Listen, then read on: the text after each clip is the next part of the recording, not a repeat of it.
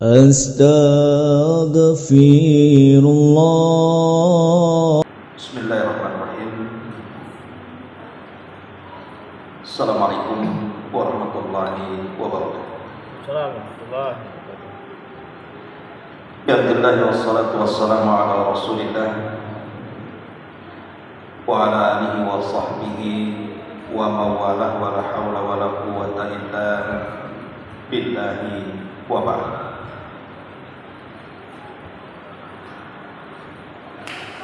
Ma'asyiral muslimat, ibu-ibu yang dimuliakan Allah Subhanahu wa ta'ala, di pagi menjelang siang ini kita bisa duduk kembali di majelis ilmu di Masjid Nidaul Ilmi. Salawat dan juga salam biasa kita hadiahkan kepada Rasul kita Nabi besar Muhammad sallallahu alaihi wa ala alihi wasallam. Pembahasan di pagi menjelang siang ini kita akan membahas tentang alamat dan tanda-tanda ibadah dan ketaatan kita diterima Allah Subhanahu wa ta'ala. Tentu pembahasan ini walaupun sangat sederhana, tetapi bisa merangsang ibadah yang selama ini kita kerjakan. Karena siapa yang tahu bahwa salat kita selama ini, sedekah kita selama ini, puasa kita selama ini, baca Quran, zikir, bahkan duduknya kita di majlis ilmu ini sudah diterima amal soleh ataukah belum diterima. Jangan sampai kemudian kita lelah letih beramal saleh, menghabiskan tenaga, waktu dan biaya, rupanya hanya terbuang sia-sia. Maka dengan mengenal alamat-alamat yang kita akan jelaskan di pagi menjelang siang ini bisa merangsang untuk kita lebih memperbaiki ibadah dan ketaatan kita kepada Allah Subhanahu wa ta'ala. Ma'asyiral muslimat yang dimuliakan Allah Subhanahu wa ta'ala, seorang muslim tidaklah kenyang dalam beramal saleh sampai kedua kakinya betul-betul menginjak surga Allah Subhanahu wa ta'ala.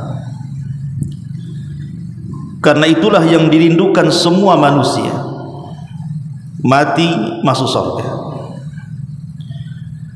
Barulah orang-orang yang masuk ke dalam surga itu mendapatkan ketenangan, sebuah nikmat yang tidak pernah dilihat di dunia, sebuah nikmat yang tidak pernah didengar di dunia, bahkan terlintas dalam pikiran saja kenikmatan seperti apa kita tidak tahu. Makanya Allah Subhanahu wa ta'ala menyembunyikan kenikmatan di surga itu sebagai balasan bagi orang-orang yang beramal saleh. Innal ladzina amanu wa amilus salihati lahum jannatun tajri min tahtihal anhar dzalikal fawzul kabir.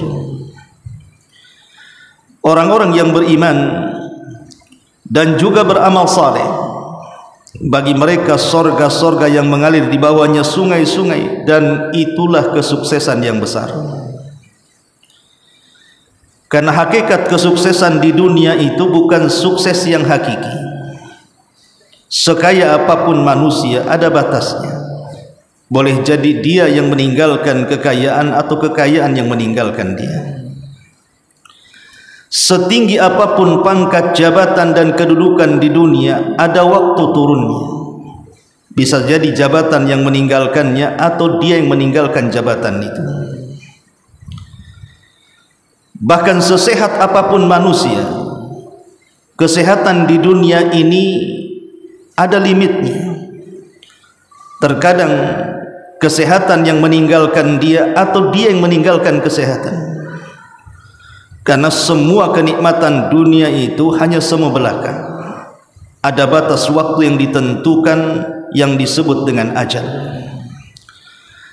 Makanya Nabi SAW mengingatkan dalam sebuah hadis, aksiru dzikra hadimil ladzatil mauti. Perbanyak oleh kalian ingat akan sesuatu yang menghancurkan kenikmatan dunia segalanya. Kekayaan bisa hancur, pangkat jabatan bisa berhenti, bahkan kekuatan manusia pun ada batas waktunya, dan itu ditentukan dengan kematiannya. Ma'asyiral muslimin, muslimat yang dimuliakan Allah Subhanahu wa taala, kita tahu bahwa orang-orang yang beramal saleh itu memiliki keutamaan dan keagungan di hadapan Allah Subhanahu wa taala. Banyak janji-janji yang Allah Subhanahu wa taala berikan kepada kita, baik di dunia kita atau di akhirat kita. Lalu apa saja rahasia orang yang beramal saleh dan keutamaan yang tinggi yang Allah akan anugerahkan kepada kita? Pertama, orang-orang yang gemar melakukan amal saleh, maka mereka akan diberikan kehidupan yang baik di dunia dan kesuksesan yang gemilang di akhirat. Makanya Allah Subhanahu wa taala berfirman dalam surah An-Nahl ayat 97, faman amila salihan min dzakarin aw untha wa huwa mu'minun falanuhyiyannahu hayatan thayyibah wala najziyannahum ajrahum bi ahsani ma kanu ya'malun. Barang siapa yang beramal saleh, baik dari kalangan laki-laki ataupun perempuan, dan dia dalam kondisi beriman, maka kami akan siapkan kehidupan di dunia dengan kehidupan yang baik, dan kami akan balas mereka di akhirat dengan pahala yang terbaik yang telah mereka lakukan. Lihat di sini Allah Subhanahu wa taala menjanjikan dua hal bagi orang yang suka beramal saleh. Dan yang dimaksud amal saleh di sini artinya dua perkara. Pertama, orang yang melaksanakan hak-hak Allah Subhanahu wa taala, dan orang yang tidak melupakan hak-hak terhadap hambanya. Itu disebut amal saleh. Adapun hak-hak kita dengan Allah Subhanahu wa taala seperti salat, puasa, zakat, haji, zikir, baca Quran, dan lain sebagainya. Adapun hak muamalah kita kepada manusia, ma'ruf. Ada hak kewajiban seorang suami kepada istri, begitu sebaliknya. Ada hak kewajiban orang tua kepada anaknya, begitu sebaliknya. Ada hak kewajiban kepada tetangga, begitu sebaliknya. Bahkan ada hak kewajiban kita kepada hewan. Itu disebut amal saleh. Dan amal itu tidak mungkin dikatakan saleh kalau gugur salah satunya. Umpamanya orang ini baik dengan Allah, salatnya rajin, puasanya oke, sedekahnya baca Qur'annya luar biasa, salat malamnya jangan ditanya. Semua amal baik kepada Allah memang dilaksanakannya. Tapi kalau hak kepada hamba tidak dilaksanakannya, kejam dengan pasangan, durhaka dengan orang tua, tidak mendidik anak dengan baik, kurang ajar dengan tetangga, dan begitu seterusnya, maka orang ini belum dikatakan beramal saleh. Karena dia mengabaikan satu hak dan tidak menggabungkan dua hak. Atau sebaliknya, dia baik sama pasangannya, santun kepada tetangganya, habis-habisan mendidik anaknya, baik kepada semua orang, ramah, senyum, dan begitu seterusnya dari akhlak-akhlak yang baik. Tapi kalau dia tidak salat, dia tidak puasa Ramadan, dia tidak mau bayar zakat, dia tidak mau berangkat haji padahal mampu, dia tidak pernah menyentuh Al-Quran, lisannya tidak pernah basah dengan zikir, maka dia pun belum dikatakan beramal saleh.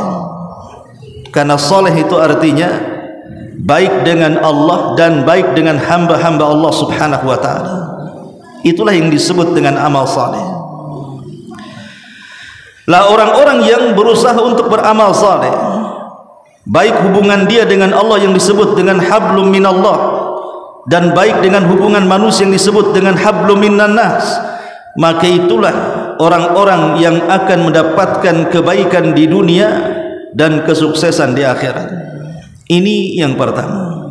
Yang kedua, dhihabul khawfi wal hazani anhu. Orang-orang yang beramal saleh, maka mereka akan dihilangkan perasaan takut dan sedih, baik di dunia ataupun di akhirat. Makanya Allah Subhanahu wa taala ketika menjelaskan tentang orang-orang yang istiqamah dengan amal kesalehannya, lihat bagaimana Allah Subhanahu wa taala mengirimkan para malaikat kepadanya.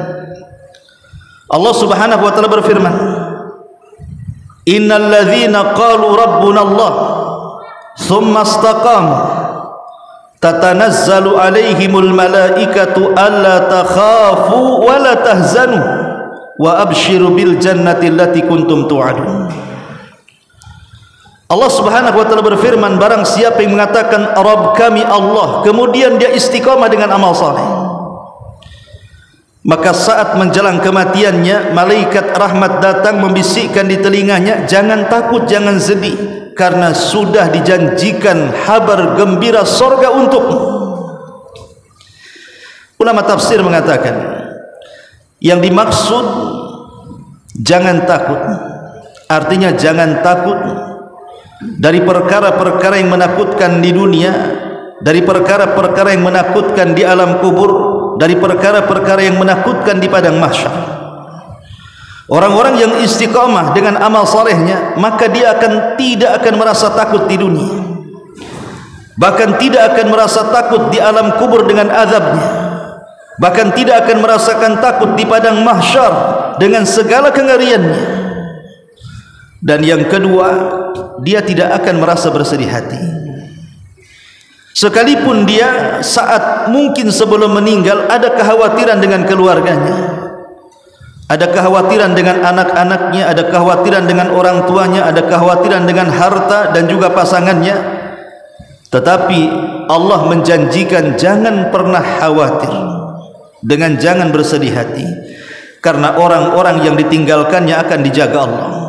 Anaknya akan dijaga, hartanya akan dijaga, keturunannya akan dijaga. Itulah janji Allah Subhanahu wa taala. Bahkan dia sudah disiapkan satu surga yang akan menempatinya. Ini yang kedua. Yang ketiga, mahabbatullahi lahu. Orang-orang yang beramal saleh itu, maka mereka akan mendapatkan kecintaan Allah Subhanahu wa taala kepada mereka. Tidak semua orang yang mengaku sayang dan cinta kepada Allah, Allah berbalik sayang dan cinta kepada kita. Betapa banyak cinta itu bertepuk sebelah mata atau berkedip sebelah mata, bertepuk sebelah tangan atau berkedip sebelah mata. Tetapi orang-orang yang beramal saleh, betul-betul mereka mencintai Allah dan dicintai Allah Subhanahu wa taala. Karena perkara itu bukan bagaimana caranya kita mencintai, tapi bagaimana caranya kita dicintai. Kalau mencintai, semua orang bisa mengklaim saya mencintai si fulan. Tapi dicintai si fulan, belum tentu kita mendapatkan cintanya, kecuali karena memang si fulan itu suka dengan kita. Maka ketika orang-orang yang beramal saleh itu mereka istiqamah dengan amalannya, maka serta-merta Allah akan suka dengan dia. Itulah yang Allah Subhanahu wa taala katakan dalam surah Maryam 96, innal ladzina amanu wa amilus salihati sayaj'alu lahumur rahmanu wadda. Sesungguhnya orang-orang yang beriman dan beramal saleh, kami akan jadikan bagi mereka kasih sayang Ar-Rahman, Allah Subhanahu wa taala, cinta Ar-Rahman Allah Subhanahu wa taala kepada mereka. Dan konsekuensi kecintaan Allah Subhanahu wa taala kepada hambanya ini luar biasa indahnya. Karena kalau Allah Subhanahu wa taala sudah mencintai hambanya, maka Allah akan perintahkan Jibril untuk mencintainya. Dan kalau sudah Jibril mencintainya, Jibril akan perintahkan seluruh malaikat mencintainya. Dan kalau seluruh malaikat mencintainya, Allah tanamkan kecintaan kepada penduduk bumi untuk mencintainya. Itu karena buah daripada amal saleh. Ini yang ketiga. Yang keempat, ad-darajatu wal manazilul 'aliyatu fil jannah. Orang-orang yang banyak melakukan amal saleh, maka mereka akan diberikan derajat dan tingkatan-tingkatan tinggi. Di mana? Di sorga.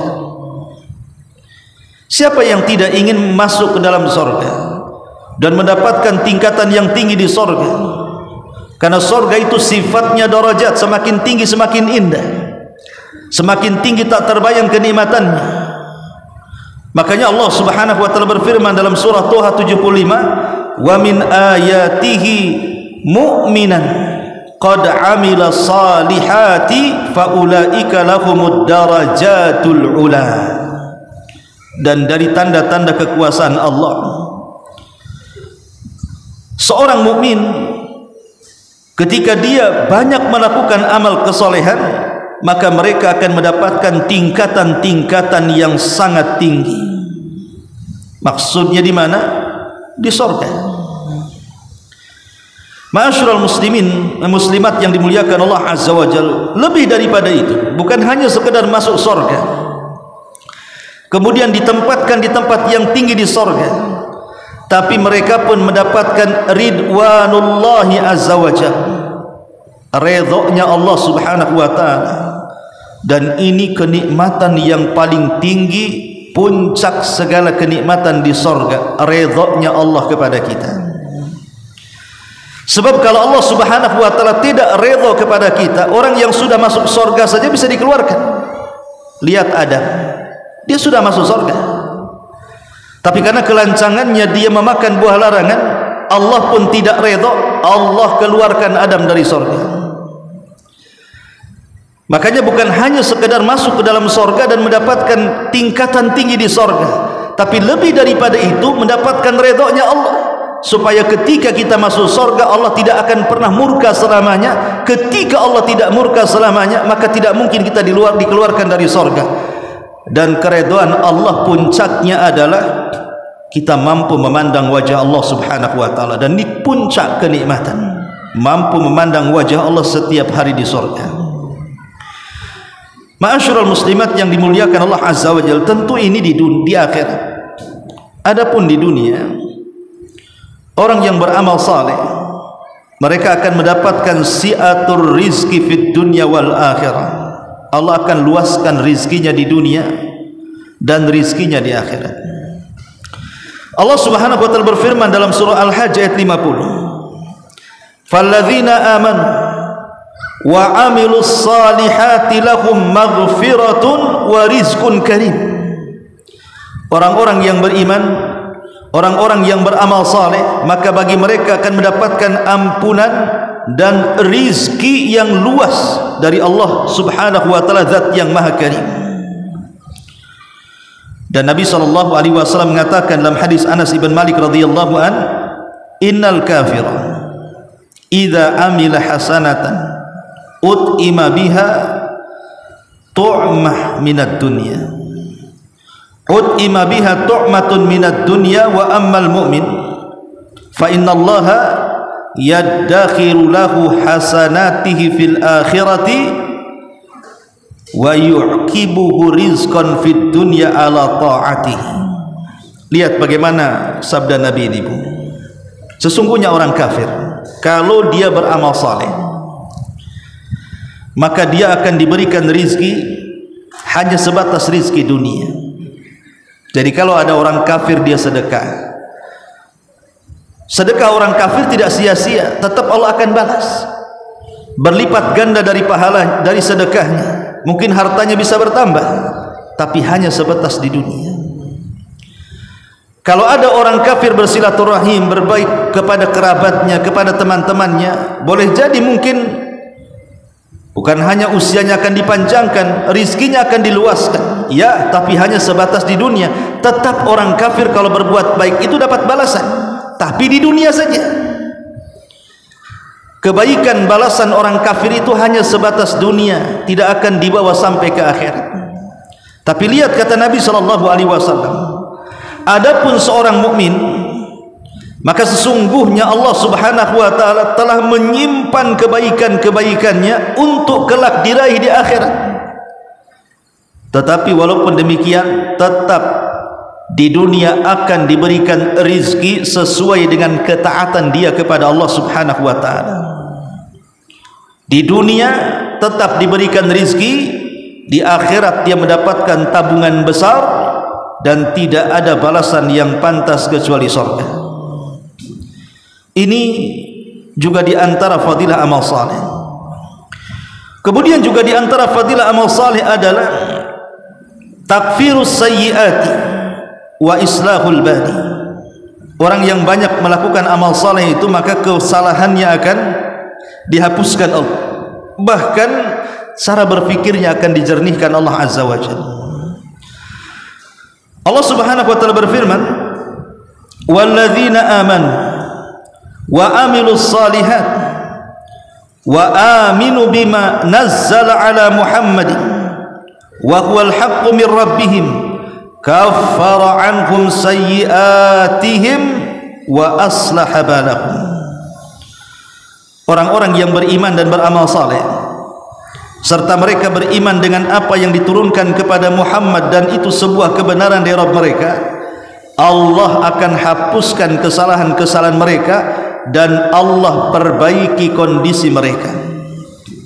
Allah perbaiki perkara mereka, Allah perbaiki kondisi mereka. Allah buat keberkahan dalam keluarganya, dalam anak-anaknya, kepada pasangannya, kepada hartanya, kepada bisnisnya. Allah perbaiki semuanya. Allah turunkan berkah untuk itu semuanya. Lihat bagaimana orang-orang yang banyak melakukan amal saleh ini, mereka mendapatkan kebaikan yang luar biasa. Dan orang yang beramal saleh itu i'ta'uhumul ajr tamman wa mudha'afatun. Mereka akan diberikan pahala sempurna, bahkan akan dilipat gandakan lagi pahalanya. Fa ammal ladzina amanu wa amilus salihat fayuwaffihim ujurahum wa yaziduhum min fadli. An-Nisa 107 173 Allah mengatakan, adapun orang-orang yang beriman dan beramal saleh, maka kami akan cukupkan pahala mereka, bahkan kami akan tambah. Ma'asyiral muslimat yang dimuliakan Allah Subhanahu wa taala. Kemudian juga ad-dukhulu fi rahmatillah. Allah akan masukkan orang-orang yang beramal saleh ini ke dalam rahmatnya. Allah pendamkan ke dalam rahmatnya, ke dalam kasihnya, ke dalam sayangnya Allah Subhanahu wa taala. Allah mengatakan, fa ammal ladzina amanu wa amilus salihat fayudkhiluhum rabbuhum fi rahmatihi dzalika huwal fawzul mubin. Adapun orang-orang yang beriman dan beramal saleh, maka mereka akan dimasukkan oleh Rabb mereka ke dalam rahmatnya, dan itu keberuntungan yang sangat besar. Setiap hari kita disayang Allah, dikasih Allah, dicinta Allah, tentu apa saja hajat kita akan dipenuhi oleh Allah Subhanahu wa taala, baik di dunia kita atau akhirat kita. Dan ini kegemilangan, kesuksesan yang besar ya.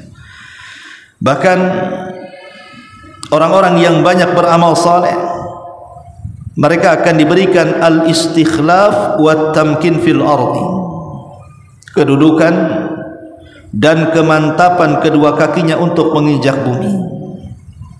Tidak sia-sia dia menginjak bumi. Pikirannya tidak pernah kosong, angan-angannya tidak pernah melayang, karena dia tahu tujuan hidupnya. Itulah bedanya kita dengan orang kafir. Orang kafir, mereka senang ketika mereka kaya dan mereka tersiksa ketika mereka miskin. Tapi orang miskin, tapi orang mukmin dua-duanya senang. Kekayaan bisa digunakan untuk batu loncatan menuju kebaikan, dan kesusahan dengan diiringi kesabaran pun sama juga menjadi batu loncatan kita untuk mendapatkan kebaikan. Dua-duanya berpahala, karena kita ada tujuan akhirat, sementara mereka orang kafir tidak ada tujuan akhirat. Makanya kita akan mantap dalam melangkah di permukaan bumi ini. Dan banyak lagi keistimewaan orang yang beramal soleh. Baik, lalu apa tanda-tandanya? Kalau kita sudah tahu bagaimana fadilah besar orang yang beramal soleh ini, pertanyaan pun muncul, apakah amal soleh yang selama ini kita lakukan dari solat, puasa, zakat, sedekah, haji, baca Quran, zikir dan lain sebagainya, berusaha memberikan hak sebagai pasangan, sebagai orang tua, sebagai anak, kepada tetangga, kepada kaum muslimin, bahkan kepada orang kafir, bahkan kepada binatang dan tumbuh-tumbuhan. Apakah amal kebaikan kita ini diterima Allah Subhanahu wa ta'ala? Adakah ciri-cirinya? Ciri dan sebab supaya amal soleh kita ini makbul, diterima oleh Allah Subhanahu wa ta'ala. Ulama mengatakan, ingat 10 perkara tanda dan sebab diterimanya amal saleh ini. Pertama, adamur ruju'i ila dzambi ba'da ta'ati, tidak mengulang terhadap dosa yang ia sudah bertobat dengan dosa itu. Kalau seandainya dulu ini kita pernah melakukan sebuah kejahatan dosa, entah berzina, entah khamr, entah berjudi, entah berghibah, entah berdusta, entah zalim, sebutkan dosanya, menumpahkan darah, mengambil hak orang, kemudian kita bertobat kepada Allah Subhanahu wa ta'ala. Setelah kita bertobat, dia berusaha untuk tidak kembali. Bukan hanya tidak kembali, tapi dia berusaha menekan hawa nafsunya untuk membenci kemaksiatan yang pernah dilakukannya. Itulah baru dia bisa menundukkan hawa nafsunya. Kalau ada dua orang sama-sama peminum khamr, sama-sama tobat, sama-sama hijrah, sama-sama berjanji untuk tidak minum kembali, tapi yang satu kalau diceritakan khamr atau melihat botol khamr, kebayang keindahannya, pengen minum lagi tapi tak mau minum karena dia sudah bertobat. Yang satu ketika melihat botol khamr itu sama sekali tidak ada keinginan untuk meminumnya, bahkan benci mati. Kalau ada yang cerita tentang kisahnya dulu, maka dia sangat membencinya. Maka orang yang kedua itulah yang betul bertobat, bukan seperti orang yang pertama yang masih belum mampu menundukkan hawa nafsunya. Maka dengan tidak maunya kembali kepada dosa setelah dia berbuat kebaikan, itu tanda diterima amal soleh kita di hadapan Allah Subhanahu wa ta'ala. Ini yang pertama. Yang kedua, al-wajal min adami qabulil amali, merasa takut kalau seandainya solat kita, puasa kita, sedekah kita, zakat kita, umroh kita, haji kita ini tidak diterima. Ada perasaan takut tidak diterima. Jangan-jangan solat saya tadi ditolak, jangan-jangan saya sedekah tadi tidak diterima, jangan-jangan haji saya sama sekali tidak berpahala, jangan-jangan ada perasaan takut. Karena Allah Subhanahu wa ta'ala mengatakan, wa man yashkur fa inna ma yashkuru li nafsi wa man kafara fa innallaha ghaniyyun hamid. Karena kita tahu bahwa siapapun yang bersyukur, syukur itu kembali kepada kita, bukan kembali kepada Allah. Kalau kita salat itu untuk kita, bukan untuk Allah kebaikannya. Kalau kita puasa kita itu untuk kita kebaikannya, bukan untuk Allah. Allah tidak berhajat dengan kita sebenarnya.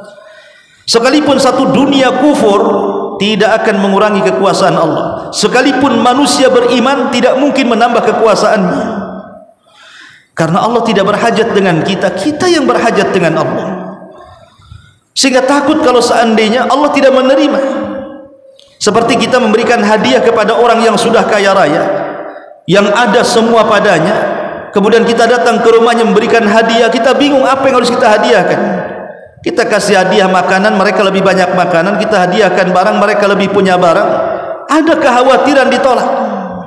Makanya tanda diterima amal itu al-wajal min adami qabulil amal, perasaan takut yang tertanam dalam hati kalau amalan kita ini tidak diterima. Terbayang-bayang dengan perasaan itu. Ini tanda dan sebab diterimanya amal. Kemudian yang ketiga,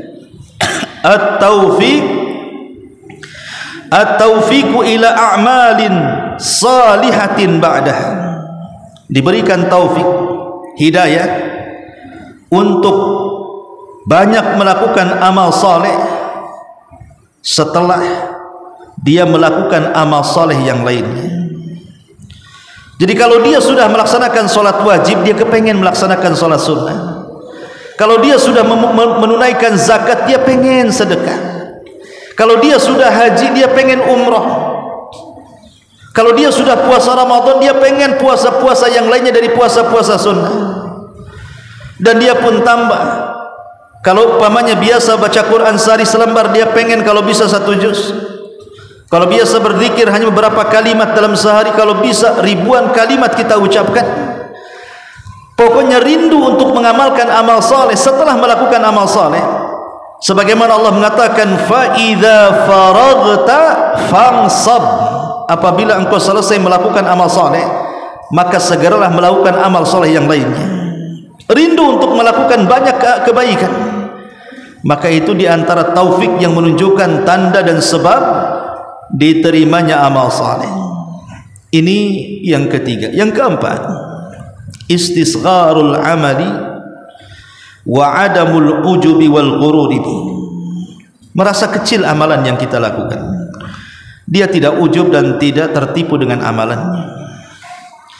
Jangan pernah merasa ujub dengan amalannya. Saya ini kan ahli solat, ahli puasa, ahli sedekah, sudah haji berkali-kali, haknya saja sudah enggak kehitung, sudah umrah, sudah solat, macam-macam. Kemudian dihitung-hitung, kemudian dia menung, amal apa ya yang belum saya lakukan. Nah, ini ghurur, tertipu. Jangan sampai tertipu seperti itu. Karena orang ahli zina, ahli khamar, pembuat onar dan dosa, tapi dalam hatinya ada keinginan bertobat dan dia pun takut kepada Allah, itu lebih baik dibandingkan orang yang tidak pernah maksiat, beramal saleh, tapi dia bangga dengan amal salehnya.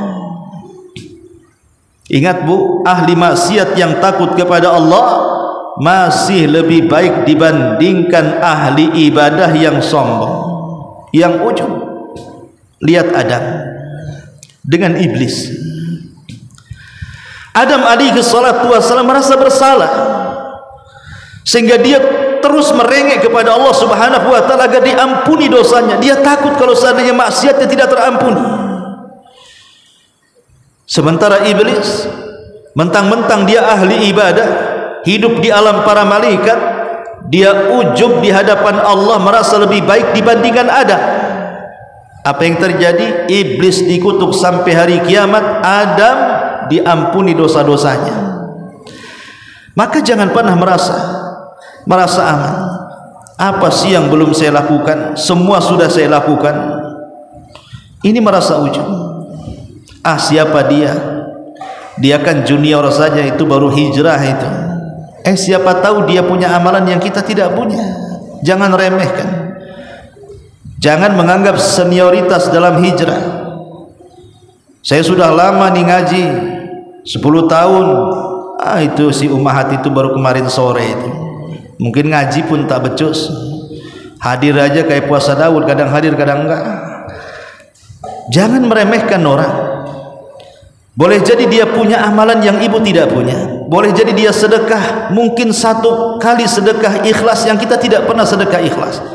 Atau mungkin dia bertobat dengan betul-betul bertobat kepada Allah, sementara kita merasa ujub dengan amalan kita. Maka ini bukan hal yang baik, dan itu bukan tanda-tanda diterimanya amal.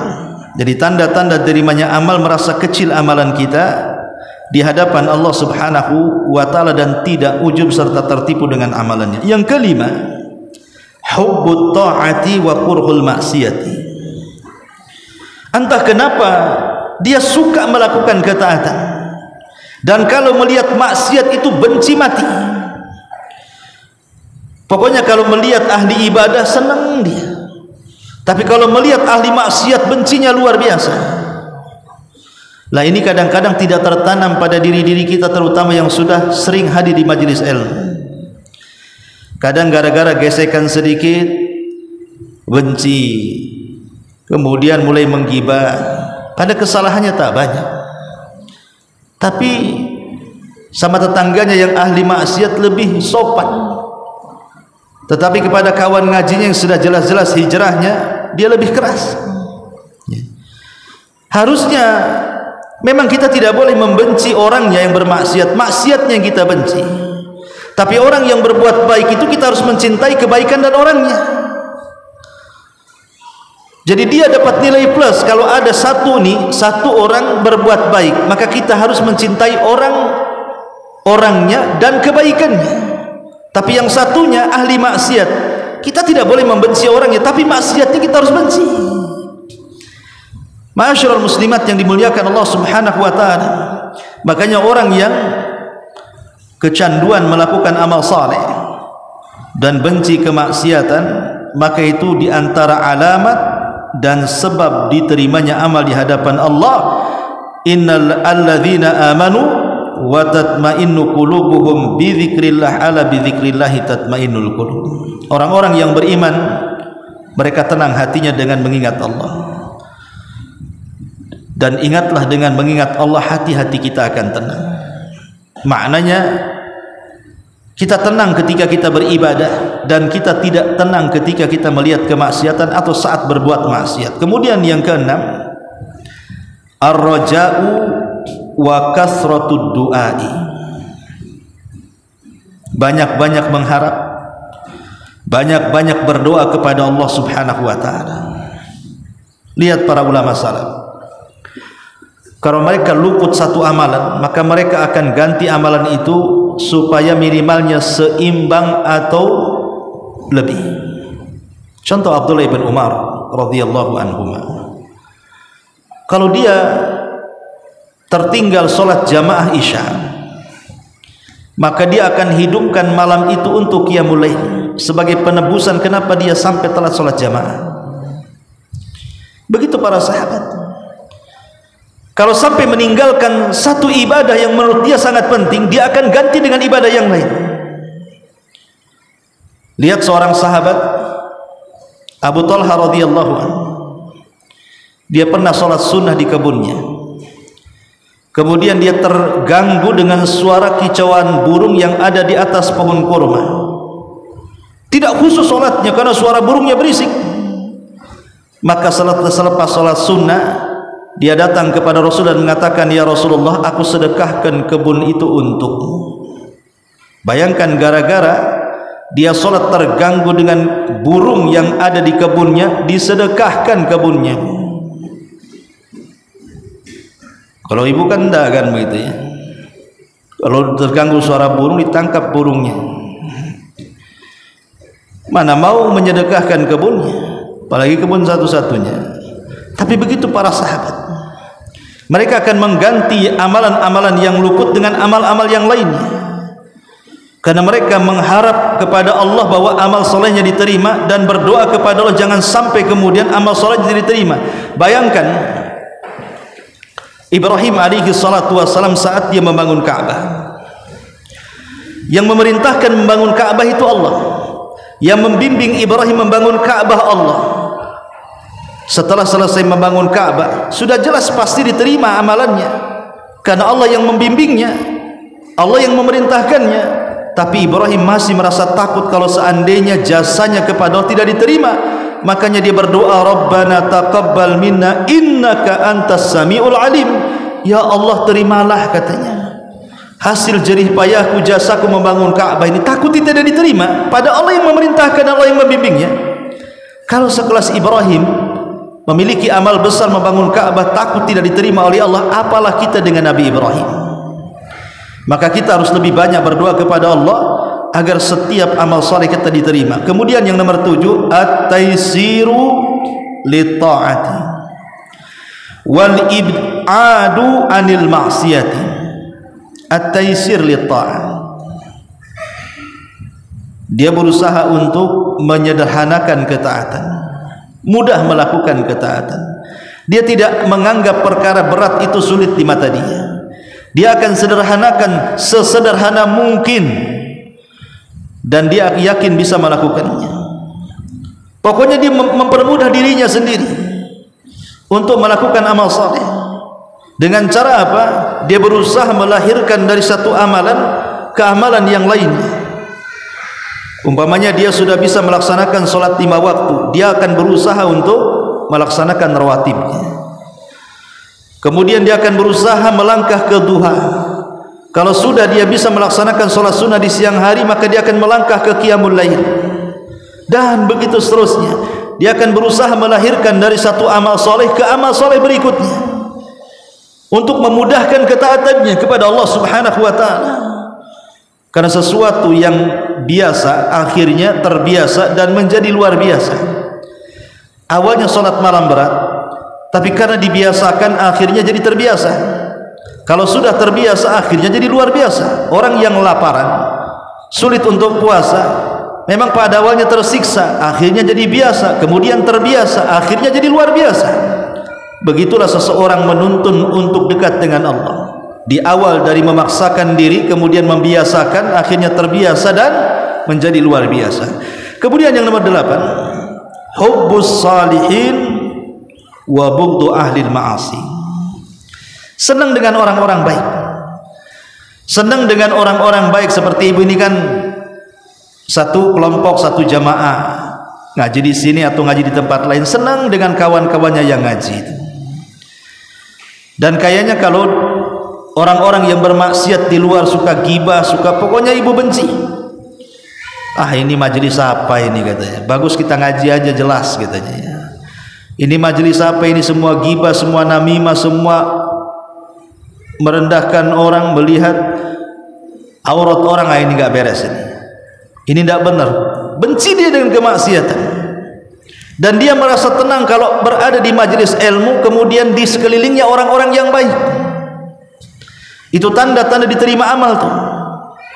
Senang dengan ahli taat dan benci dengan ahli maksiat itu. Ya, ini mah tidak. Kadang-kadang iri-irian di pengajian, gibah-gibahan di pengajian, hasad-hasadan di pengajian. Apa? Sama-sama berdakwah, kenapa mesti iri? Kenapa mesti hasad? Dan begitu seterusnya. Kemudian yang nomor 9, tanda diterima amal adalah kathratul istighfar. Banyak melakukan istighfar. Astagfirullahaladzim, astagfirullahaladzim. Setiap saat. Ibu kalau membiasakan dari sini ke rumah astagfirullah, pokoknya lisannya tidak lepas daripada kalimat astagfirullahaladzim, ibu nanti akan melihat keajaibannya. Coba saja ibu setiap hari istighfar. Jangan dihitung, baca saja astagfirullah, kemana saja ibu akan lihat keajaibannya. Karena Nabi SAW yang mengatakan, man lazimal istighfar, siapa yang melazimkan istighfar dalam hatinya, maka Allah jadikan dalam setiap kesulitannya kemudahan, dalam setiap kesedihannya kebahagiaan, dan Allah akan berikan rizki dari arah yang tidak disangka-sangka. Itu sabda Nabi seperti itu. Dan yang terakhir tentunya al-mudawamatu alal a'malis salihati. Berusaha al-mudawamah, terus menerus dalam hidupnya untuk tetap beramal saleh. Jadikan ini kaidah dalam hidup kita. Jangan sedikit sedetik pun kita lewatkan waktu kecuali beramal saleh.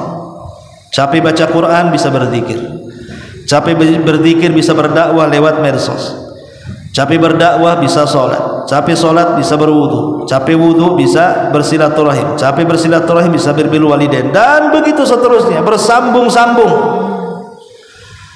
Makanya kenapa Nabi SAW ketika mengumpulkan para sahabatnya, di situ ada Abu Bakar. Kata Rasul, siapa yang hari ini di antara kalian puasa? Tidak ada yang berdiri kecuali Abu Bakar. Saya, wahai Rasul. Kata Rasul, siapa yang hari ini mengikuti jenazah? Tidak ada yang bangkit kecuali Abu Bakar. Saya, wahai Rasul. Kemudian Rasul mengatakan, siapa yang hari ini mengunjungi orang sakit? Tidak ada yang bangkit kecuali Abu Bakar. Kemudian kata Rasul, siapa yang hari ini memberi makan fakir miskin? Tidak ada yang bangkit kecuali Abu Bakar. Subhanallah, dalam satu hari Abu Bakar mengumpulkan 4 amal besar: berpuasa, mengunjungi orang sakit, datang ke kuburan ikut menguburkan, dan membantu fuqara wal masakin. Kata Rasul, siapapun dalam satu hari mengumpulkan 4 perkara ini, kecuali dia akan masuk ke dalam surga.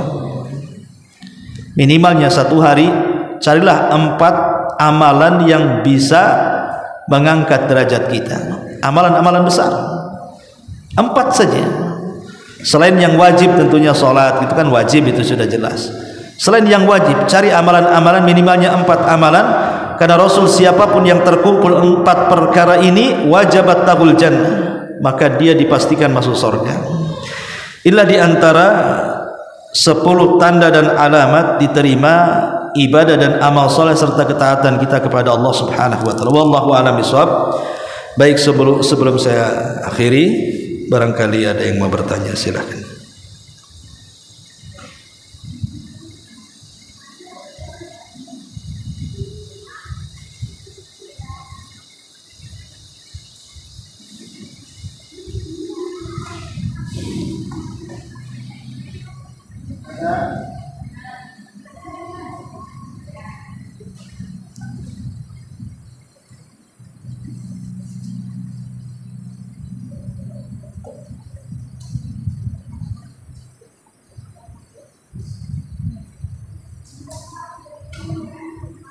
Nggak ada? Ya, mungkin sudah ngantuk ibu-ibu. Subhanallah bihamdika, asyhadu an la. Hah? Ada Pak Edi ini. Assalamualaikum Ustaz, apakah membaca surah Yasin untuk orang meninggal ada hubungannya? Ya, alhamdulillah. Apakah membaca surah Yasin bagi orang yang meninggal itu ada tuntunannya? Di dalam hadis Nabi sallallahu alaihi wasallam yang dicantumkan dalam kitab Bulughul Maram karya Al-Hafidz Ibnu Hajar dalam Kitabul Janaiz, Rasul mengatakan, "Iqra'u ala mautakum Yasin." Bacalah kepada orang yang meninggal surah Yasin. Menjadi khilaf para ulama tentang hadis ini. Apakah hadis ini sahih ataukah hadis ini lemah? Tetapi pendapat yang kuat dari kalangan ahli hadis mengatakan bahwa hadis tentang membaca surah Yasin kepada orang mati itu lemah dan tidak sahih. Tetapi ulama fikih ada juga yang mereka berpendapat sunnah membacakan surah Yasin kepada orang yang meninggal. Makna orang yang meninggal di sini orang yang sedang sakaratul maut, bukan orang yang sudah meninggal, yang sudah dicabut ruhnya, tapi saat dia sedang sakit parah. Kalau memang hadis ini sahih, maka cara penggunaan membaca surah Yasin kepada orang yang mati maksudnya orang yang sedang sakarat, yang sedang nazak, yang sedang koma bahasa kitanya. Alasannya kata Syekh Shalih Fauzan hafizahullah taala, untuk supaya Allah menurunkan rahmat, supaya Allah menurunkan rahmat dengan bacaan surah Yasin sehingga mempermudah kematiannya. Jadi bacaan surah Yasin itu dibaca untuk mempermudah kematiannya, diringankan kematiannya. Itu kalau hadis itu sahih. Tapi ini perselisihan ulama. Ada yang mengatakan lemah, ya nggak usah diamalkan. Tapi ada sebagian ulama mengatakan sahih hadisnya, ya terserah.